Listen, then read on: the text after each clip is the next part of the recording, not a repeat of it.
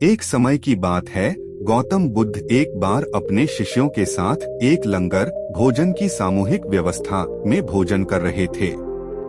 उनके शिष्यों ने उनसे एक सवाल किया कि आखिर खुशी क्या है और कैसे हम इसे प्राप्त कर सकते हैं। बुद्ध ने उनके प्रश्न को सुना और एक किस्सा सुनाया। एक बार एक राजा के राजधानी में एक सबसे खुशनुमा व्यक्ति की खोज चल रही थी।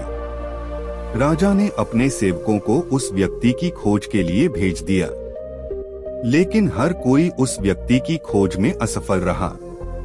फिर एक दिन एक साधु उस राजा के दरबार में आया और बोला, राजन, मैं वह खुशनुमा व्यक्ति हूँ जिसकी खोज तुम कर रहे हो। राजा ने साधु से पूछा, आप कैसे कह सकते हैं कि आप वह व्यक्ति हैं?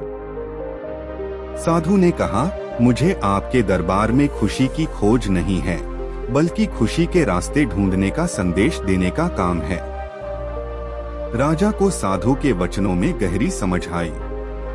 उन्होंने साधु को राजधानी में ठहरने की इजाजत दी और उन्हें विशेष रूप से ध्यान देने का आदेश दिया।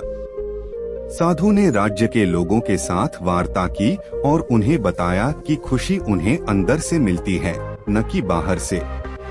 वह उन्हें ध्यान और मेधा बढ़ाने के लिए अद्भुत उपायों को सिखाने लगे।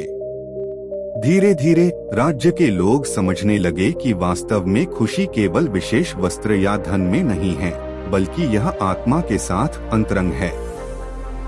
उन्होंने अपने जीवन में समर्पण और संयम के माध्यम से खुशी को प्राप्त करना सीखा।